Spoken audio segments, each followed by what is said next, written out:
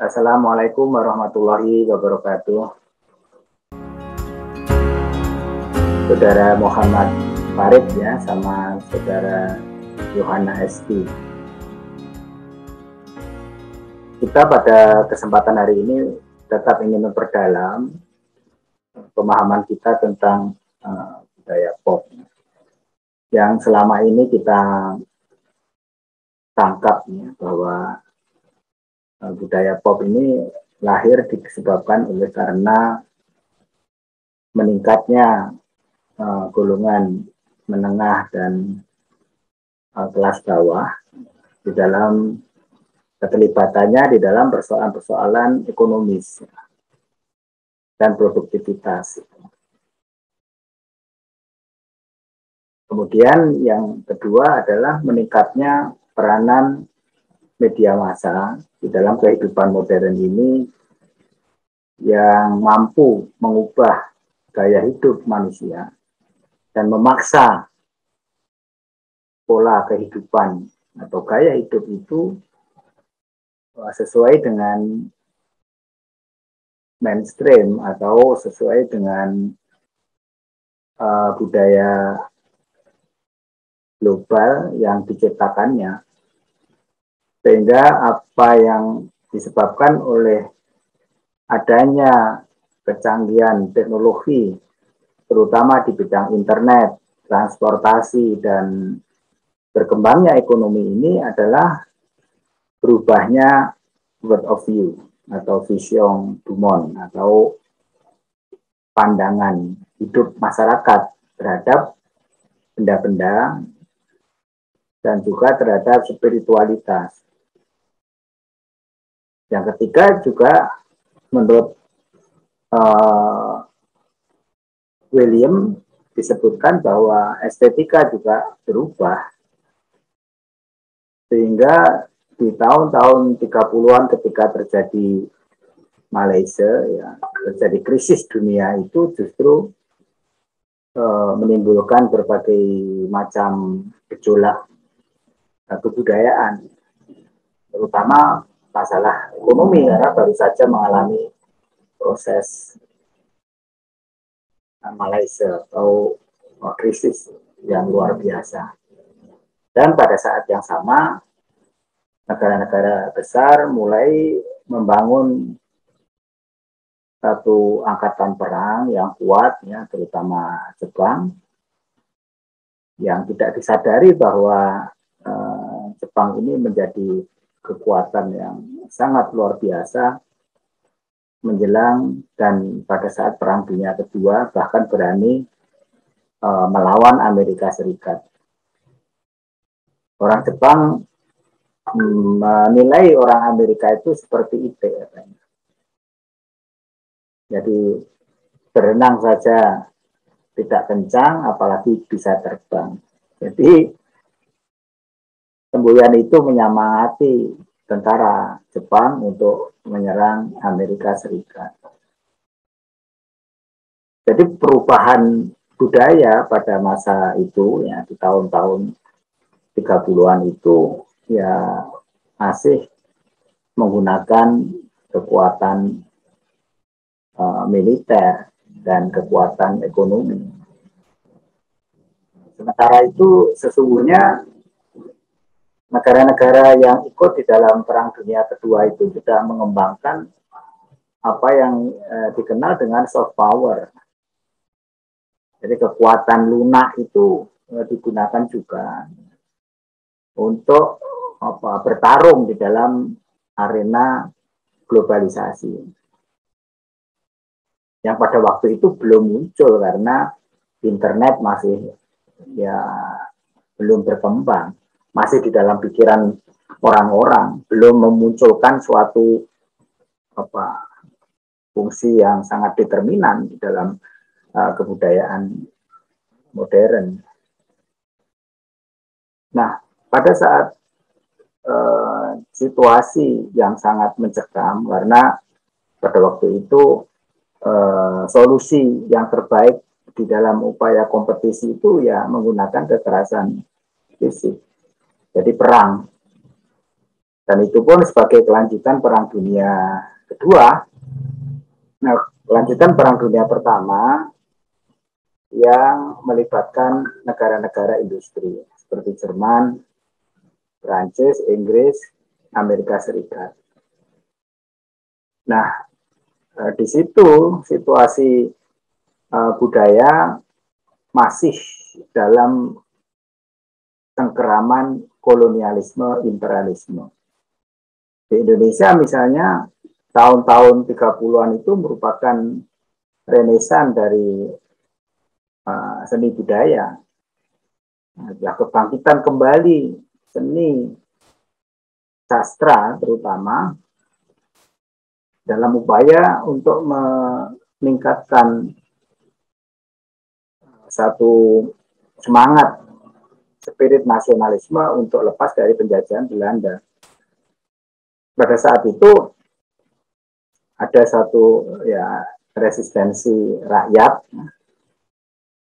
yang diperuntukkan mengusir penjajahan. Makanya karya-karya yang lahir pada saat itu adalah karya-karya anti Belanda. Baik itu Salah Aswan, Siti Nurbaya, kemudian Bebasari, ya, tulisan dari pengarang Sumatera. Nah, kemudian juga para penulis seperti Muhammad Yamin membuat satu karya 6.000 tahun merah putih. Sanusi Pane menulis tentang manusia baru. Nah, di situ akan gerakan-gerakan renesan, kebangkitan sastra kolonial, ya waktu itu masih dikuasai kolonial. Intinya adalah bagaimana rakyat melawan penjajah. Nah, apakah itu juga bisa dikategorikan sebagai budaya populer dan budaya tinggi? Ya, di dalam perkembangan terakhir, orang-orang Oriental membuat kategori baru. Ada sastra kolonial, sastra postkolonial. Nah, sastra postkolonial ini jelas bahwa itu merupakan satu bentuk resistensi dari golongan pribumi melawan ya penjajah. Jadi antara kolonial dan pasca kolonial itu sastranya juga diliputi atau disemangati oleh adanya kolonialisme dan imperialisme yang melanda di seluruh dunia. Dan ini juga mempengaruhi sekali di dalam konektivitas kita dengan bangsa-bangsa lain. Nah, terutama seperti yang didengungkan oleh Presiden pertama kita, Bung Karno, bahwa kita harus kembali ke timur. Ya, budaya Barat dianggap sebagai budaya kolonial, ya budaya mainstream, budaya yang dianut oleh sebagian besar masyarakat, ya, karena ada tekanan dari kolonial itu sendiri. Nah, dengan demikian, kalau kita merunut ya pada sejarah dari kebudayaan kita, maka pada saat kita merdeka itu, maka budaya populer kita dipengaruhi juga oleh mainstream politik, ya, karena pasca kemerdekaan demokrasi yang disemburkan atau yang disosialisasikan oleh Woodrow Wilson dari Amerika Serikat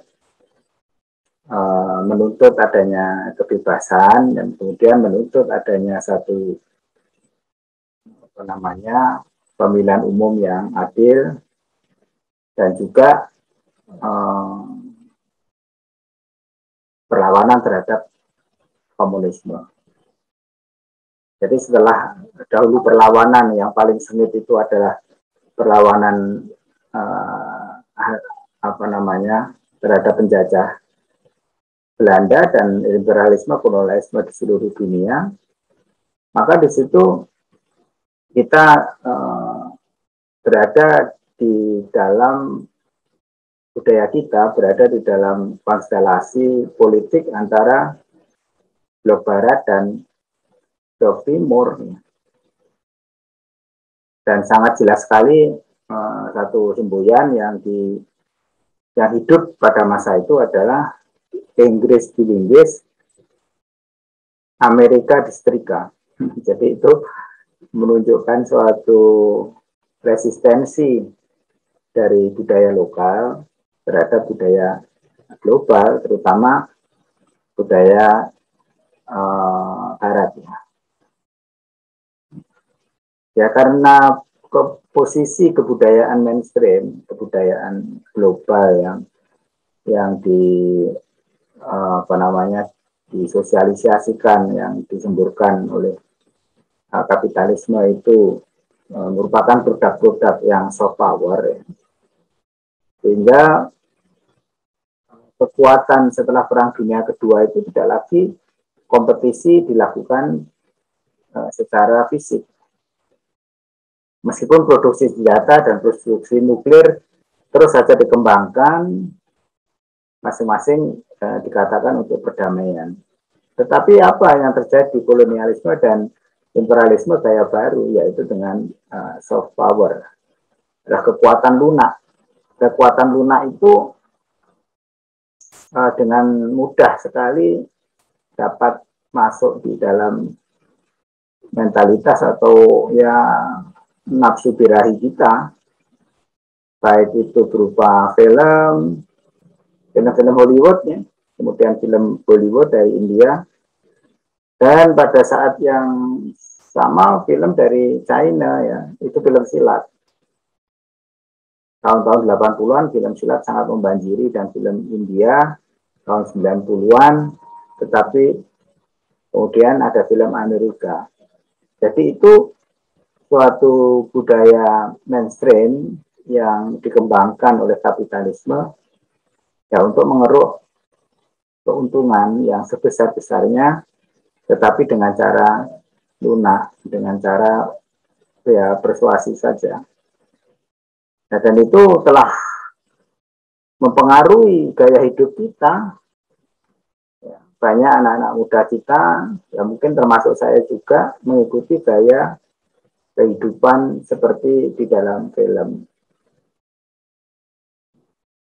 Ya, terutama film-film barat, baik itu potongan rambut, ya, bentuk celana, terus yang perempuan juga mode bajunya ada yang you can see ya, you can see ya, pakaian yang kelihatan daleknya itu, rok mini ya, yang kelihatan pahanya.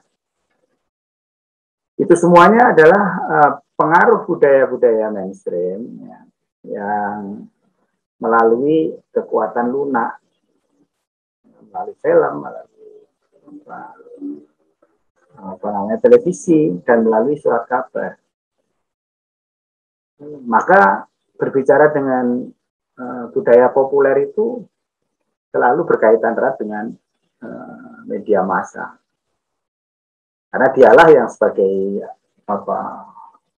promotor atau dinamisator atau sosialisator ya, yang mengenalkan kebudayaan produksi kapitalisme ke seluruh dunia itu melalui media. Baru kemudian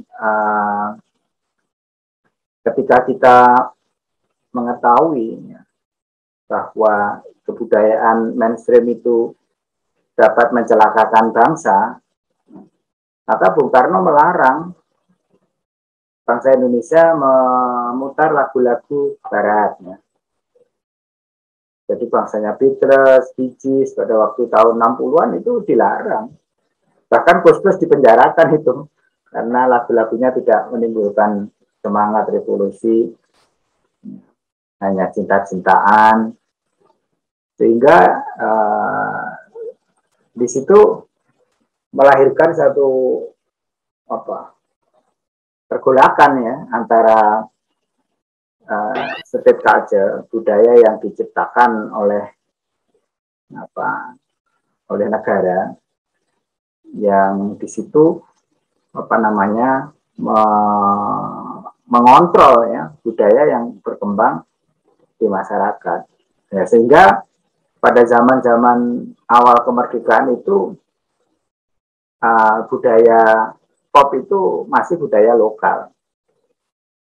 Karena memang dilarang oleh negara, oleh pemerintah, karena kebudayaan global itu dapat merusak mental ya, seperti seks bebas, kemudian niknok ya waktu itu. Niknok itu adalah lagu-lagu yang tidak menimbulkan semangat juang. Itu istilah zaman dahulu, termasuk tahun 80-an ketika Pak Harmoko dan Pak Harto melarang lagu cengeng. Kalau zaman Bung Karno saya masih mengalami itu lagu ngikngok itu. Tidak boleh orang nyanyikan.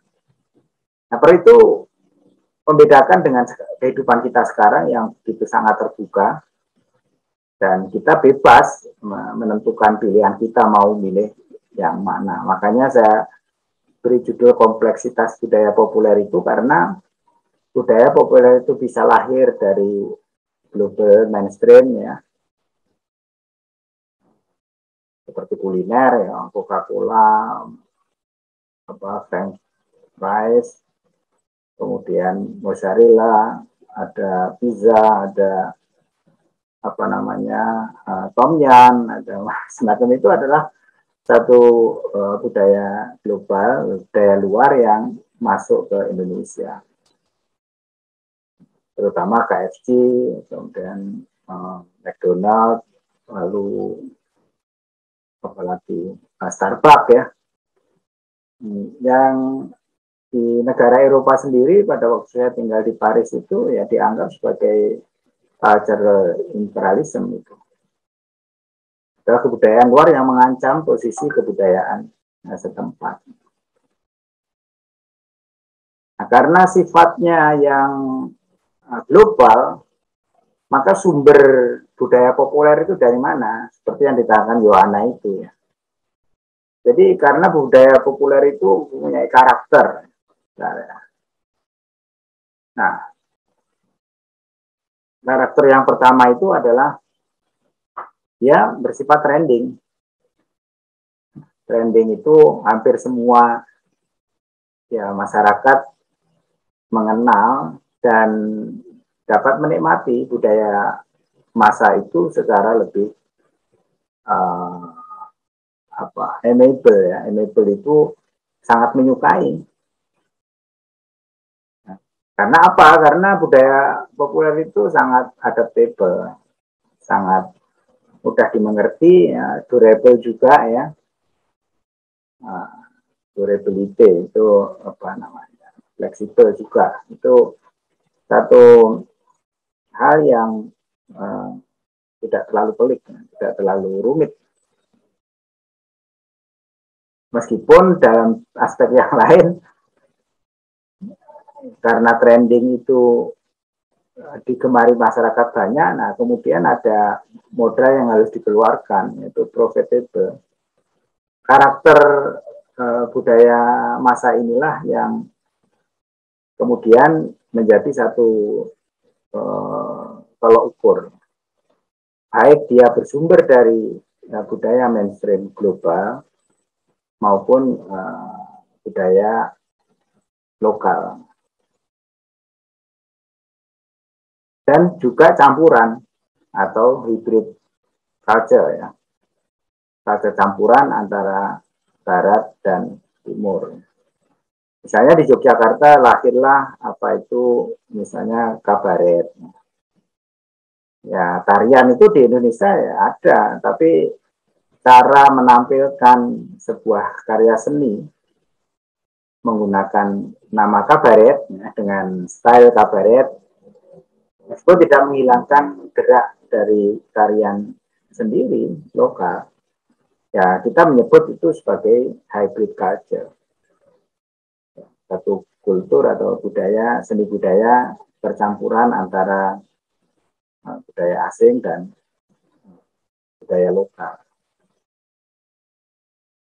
Nah, di dalam hal adanya dominasi atau hegemoni dari budaya Barat, kalau pada waktu pemerintahan Pak Karno, Inggris dilinggis, Amerika disetrika, ya, dan memenjarakan pemusik seperti Ghost Plus, itu suatu sikap yang resistens yang justru didalangi oleh negara. Dan itu pun di belakangnya juga adalah apa yang dikenal dengan kaum, didukung oleh kaum proletar juga. Jadi ada kuasa rakyat dan kuasa pemerintah yang bersatu untuk menggolkan suatu resistensi atau perlawanan terhadap budaya populer mainstream global gitu ya.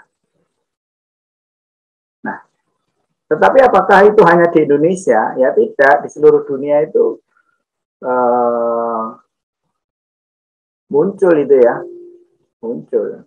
Kalau kita yang paling mudah saja, misalnya di dalam gambar ini kita ya mempertentangkan antara culture of corruption itu bisa juga dianggap sebagai budaya elit. Ya. Sedangkan yang membawa bendera dan membawa palu itu adalah simbol gerakan gerakan rakyat dunia atau gerakan kaum buruh dunia.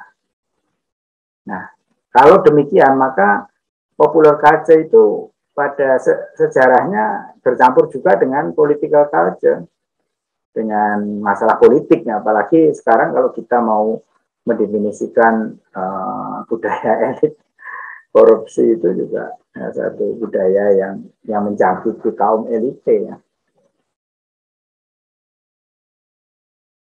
Nah, karena budaya populer ini menjadi sangat dominan sebagai budaya massa dan budaya rakyat, termasuk juga budaya kelas pekerja. Gitu. Maka di situ muncul apa yang ya kita kenal dengan satu tindakan ya, adanya resistensi di situ. Karena apa? Karena ketika budaya mainstream itu kan copy paste ya, menyeragamkan sesuatu yang mudah dan murah begitu, agar supaya dapat terjangkau oleh masyarakat harganya. Dan kemudian menimbulkan resistensi, itu menimbulkan perlawanan. Kalau budaya elit itu kan fashionnya ada di berkembang di catwalk ya, di ruang-ruangan yang sangat khusus gitu. Nah, anak-anak mempunyai resistensi terhadap budaya yang mapan itu, yang mainstream itu. Nah, dia kemudian membuat model-model yang gaya rambut, gaya pakaian, ya ada yang kelihatan itunya, ada yang panjang, ada yang. Nah, gaya hidup model seperti ini merupakan kemudian menjadi subculture atau subbudaya yang digemari oleh sebagian dari masyarakat kita, terutama anak-anak muda, netizen. Ya. Dia menampilkan sosoknya sendiri ya, sebagai satu bentuk komunitas. Nah, apakah ini budaya pop? Nah, itu tergantung konteksnya ya. Jadi kalau budaya pop itu mesti disenangi orang banyak, ya betul, ya memang itu yang sudah dimiliki seperti itu. Tetapi juga kita melihat bahwa ada subculture ya. Subculture itu suatu budaya seni ya, yang dinikmati oleh sekelompok orang juga, tetapi bukan elite. Ya. Tetapi juga mungkin bisa dari kelompok kelompok kelas menengah, tapi juga ada yang dari kelompok proletar atau buruh ya, buruh dan tani lah kalau di tempat kita. Jadi kalau mau buruh dan tani berpakaian seperti ini, saya kira di tempat kita enggak. Ini merupakan subculture saja. Jadi subculture adalah budaya kecil yang ya ditentukan oleh oleh gaya atau pola hidup mereka, dan mungkin juga oleh tempat tertentu ya. Misalnya budaya santri begitu ya. Santri itu pasti pakainya ya nggak begini gitu. Nah, pakaian yang berjilbab, terus yang seperti apa. Jadi kompleks ya, budaya populer itu kompleks, populer tapi tidak menyeluruh gitu. Makanya lebih baik disebut sebagai subculture, bukan populer culture. Ini akan memudahkan kita untuk dapat menggolong-golongkan mana yang bersifat populer, ya, mana yang bersifat resistance. Waktu itu ada yang bertanya, itu munculnya he-he ya, seninjong atau orang berjualan malam dan membuat KFC gaya sendiri, itu bagaimana? Ya itu bentuk resistance ya. Karena ya masyarakat kecil tidak mungkin mampu untuk membeli gerai-gerai yang besar di mal-mal ya. Maka bisanya ya berada di pinggir jalan, seperti yang minggu lalu saya jelaskan ya, membangun satu subculture yang disebut street food ya. Makanan di jalan itu, cafe street, kemudian tea street. Nah, food street ini juga merupakan satu hal yang menurut kami merupakan satu bentuk resistensi dari kuliner dominan.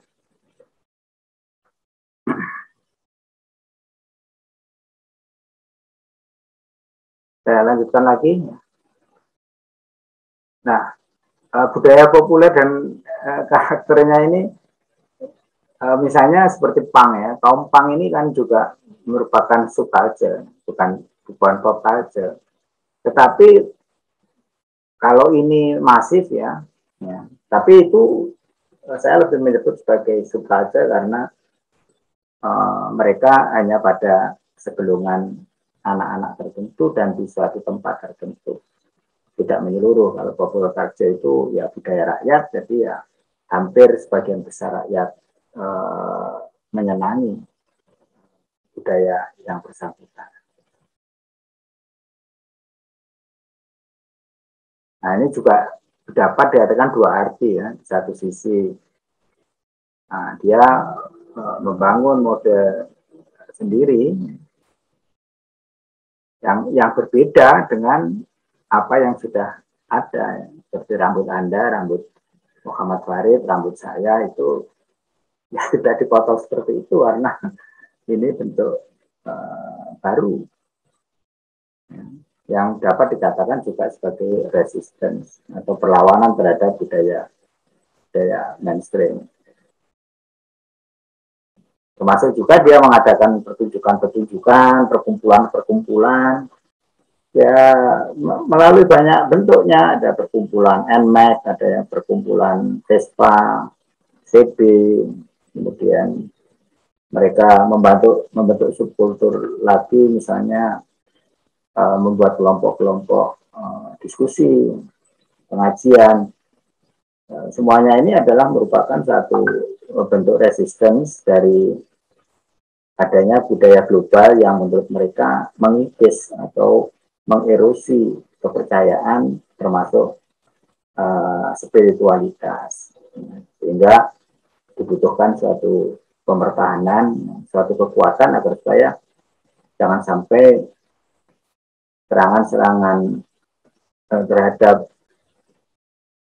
sosial intelektual itu akan mengubah pikiran kita dan juga mengubah mental kita. Di masa yang akan datang itu kita tidak lagi punya daya kritis, dan itu yang sebetulnya pada waktu rezim Bung Karno dan rezim Soeharto orang dilarang untuk mengamini atau menerapkan budaya mainstream global ke dalam budaya